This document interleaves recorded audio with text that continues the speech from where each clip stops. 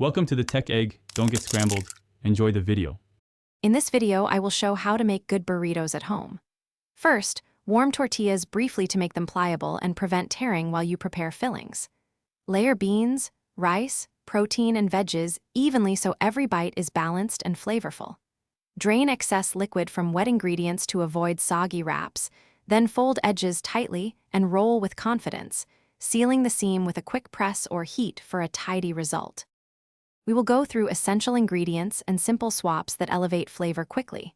Start with quality beans and rice, then add seared steak, chicken, or roasted vegetables to suit your taste. Season each component separately so flavors build layer by layer and complement each other.